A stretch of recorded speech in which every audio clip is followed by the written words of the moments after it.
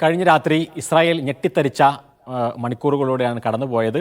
ഒരേ സമയം ടെലവിവിലെ ആക്രമണത്തിൽ, ട്രെയിനിലുണ്ടായ ആക്രമണത്തിൽ നിരവധി പേർ കൊല്ലപ്പെടുന്നു. ഇപ്പോൾ മരണസംഖ്യ 6 കടന്നിരിക്കുന്നു. അതേപോലെ തന്നെ ആക്രമണം നടത്തിയ ആളുകളെയും കൊലപ്പെടുത്തി എന്നാണ് ഇസ്രായേൽ അറിയിക്കുന്നത്. അവിടെയാണ് ഏറ്റവും കൂടുതൽ മരണമുണ്ടായത്. എന്നാൽ അതേസമയം ഇസ്രായേലുടനീളം ബാലിസ്റ്റിക് മിസൈലുകൾ ഇറാൻ്റെ ഭാഗത്തു നിന്ന് പതിക്കുന്ന സാഹചര്യമുണ്ടായി. ആ ഘട്ടത്തിൽ 1 മണിക്കൂറോളം സമയം ജനങ്ങളോട് മുഴുവൻ ബങ്കറുകളിലേക്ക് മാറാൻ ഇസ്രായേൽ ആവശ്യപ്പെടുന്നു. അങ്ങനെ ആ ബങ്കറുകളിലേക്ക് പോകുന്ന വഴിയിൽ കൂട്ടമായ തിരക്കുകൾക്കിടയിൽ നിരവധി പേർക്ക് പരിക്കേൽക്കുന്നു. അങ്ങനെ എന്താണ് സംഭവിക്കുന്നത് എന്ന് അറിയാൻ സാധിക്കാത്ത 1 മണിക്കൂർ കടന്നുപോയി. ഇസ്രായേൽ നടത്തിയ ഈ ആക്രമണം ഹിസ്ബുള്ള മേധാവി ഹസൻ നസ്രുള്ളയുടെയും അതേപോലെ തന്നെ ഹമാസ് മേധാവി ഇസ്മായിൽ ഹനിയുടെയും വധത്തിനുള്ള തിരിച്ചടിയാണ് എന്നാണ് ഇറാൻ പറയുന്നത്. ഇറാൻ്റെ റവല്യൂഷണറി ഗാർഡ് ആ സമയത്ത് തന്നെ അവരുടെ വാർത്താക്കുറിപ്പ് ഇറക്കി. ഇതിനുള്ള തിരിച്ചടിയാണ്. ഞങ്ങൾ ലക്ഷ്യം വെക്കുന്നത് ഇപ്പോൾ ഇസ്രായേലിൻ്റെ സൈനിക കേന്ദ്രങ്ങളെയാണ് എന്ന് ഇറാൻ വ്യക്തമാക്കിയിരിക്കുന്നു. മൊസാദിൻ്റെ ആസ്ഥാനത്തെയും 3 സൈനിക ആസ്ഥാനങ്ങളെയും തകർക്കുകയാണ്, അതിന് നേരെ ആക്രമണം നടത്തുകയാണ് ലക്ഷ്യം.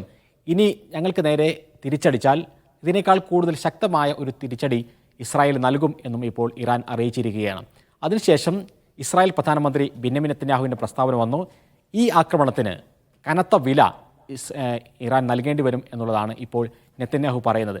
ഏതായിരുന്നാലും ഇനി ഇപ്പോൾ താൽക്കാലികമായി ആക്രമണം അവസാനിപ്പിച്ചിരിക്കുകയാണെന്ന് ഇറാൻ പറഞ്ഞ സാഹചര്യത്തിൽ ഇപ്പോൾ പന്ത് ഇസ്രായേലിൻ്റെ കോർട്ടിലാണ്. ഇനി എന്താണ് ഇതിനുള്ള തിരിച്ചടി ഇസ്രായേൽ നൽകുമോ?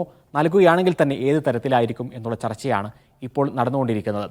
ഈ ആക്രമണം നടത്തുമ്പോൾ 90% മിസൈലുകളും ഇറാൻ്റെ 90% മിസൈലുകളും ഇസ്രായേലിൽ പതിച്ചു എന്ന അവകാശവാദമാണ് ഇറാനുള്ളത്. പക്ഷേ എല്ലാ മിസൈലുകളെയും പ്രതിരോധിച്ചു, ഒരാൾ പോലും കൊല്ലപ്പെട്ടിട്ടില്ല എന്നുള്ള വാദം ഇസ്രായേൽ മുന്നോട്ട് വെക്കുന്നു. അമേരിക്കയും അതേപോലെ തന്നെ ബ്രിട്ടനും ഇസ്രായേലിന് എല്ലാവിധ പിന്തുണയും നൽകിയിരുന്നു. ഈ മിസൈലുകൾ ഇസ്രായേലിൽ പതിക്കാതിരിക്കാനുള്ള വ്യോമ പ്രതിരോധ സംവിധാനങ്ങൾ ഒരുക്കിയിരുന്നു എന്നാണ് അമേരിക്ക പറയുന്നത്.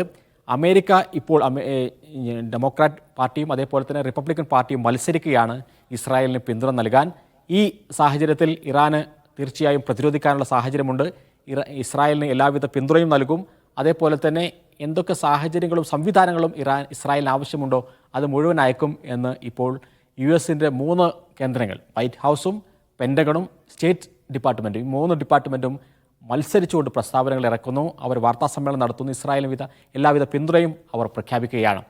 അതോടൊപ്പം ഇനി ഏറ്റവും ശ്രദ്ധേയമായൊരു കാര്യം, ഈ ആക്രമണത്തിന് എങ്ങനെയാണ് ഇസ്രായേൽ തിരിച്ചടിക്കുക എന്നുള്ളത് തന്നെയാണ്. UN സെക്യൂരിറ്റി കൗൺസിൽ ചേരുന്നുണ്ട്. സ്വാഭാവികമായും അവിടെ ചർച്ചകൾ നടക്കും. ഇറാനും അതേപോലെ തന്നെ ഇസ്രായേലും സംയമനം പാലിക്കണം എന്നുള്ള ചർച്ചകൾ നടക്കും. അവിടെ പക്ഷേ അമേരിക്ക എന്ത് നിലപാട് സ്വീകരിക്കും എന്നുള്ളതാണ് എല്ലാവരും ഉറ്റുനോക്കുന്നത്. ഒരു വെടിനിർത്തലിലേക്ക് കാര്യങ്ങൾ പോകണം എന്ന് അമേരിക്ക പറയുമോ, അതല്ല ഇസ്രായേലിന് തിരിച്ചടി നൽകാനുള്ള സാഹചര്യം ഒരുക്കുമോ എന്നുള്ളതാണ്. പക്ഷേ UN സെക്യൂരിറ്റി കൗൺസിലിലെ തീരുമാനങ്ങൾ ഈ യുദ്ധഭൂമിയെ ഒരിക്കലും ബാധിക്കാറില്ല എന്നുള്ളത് കഴിഞ്ഞ 1 വർഷത്തെ അനുഭവം എടുത്ത് നോക്കുമ്പോൾ നമുക്ക് കാണാൻ കഴിയും. 2 തവണയാണ് UN സെക്യൂരിറ്റി കൗൺസിൽ തന്നെ വെടിനിർത്തലിനുള്ള ആഹ്വാനം നൽകുന്നത്. പക്ഷേ ഇസ്രായേൽ അത് ചെവിക്കൊണ്ടില്ല. തീർച്ചയായും നയതന്ത്ര തലത്തിൽ അമേരിക്ക എടുക്കുന്ന നിലപാടുകൾക്ക് വിരുദ്ധമായിട്ടുള്ള ഒരു നിലപാടാണ് സൈനിക സഹായം നൽകിക്കൊണ്ട് അമേരിക്ക ഇസ്രായേൽ നൽകുന്നത് എന്ന് നമുക്ക് കാണാൻ സാധിക്കും.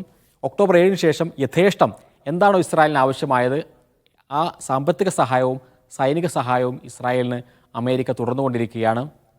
ഈ സാഹചര്യത്തിൽ തീർച്ചയായും ഇസ്രായേലിന് വിചാരിച്ചതെല്ലാം നടപ്പിലാക്കാനുള്ള ഒരു നീക്കം ഇവിടെ ഉണ്ട് എന്നുള്ള കാര്യം തീർച്ചയാണ്. ഒക്ടോബർ 7-ൻ്റെ ഒരു വാർഷികം വരാനിരിക്കുകയാണ് അടുത്ത ആഴ്ചയിൽ.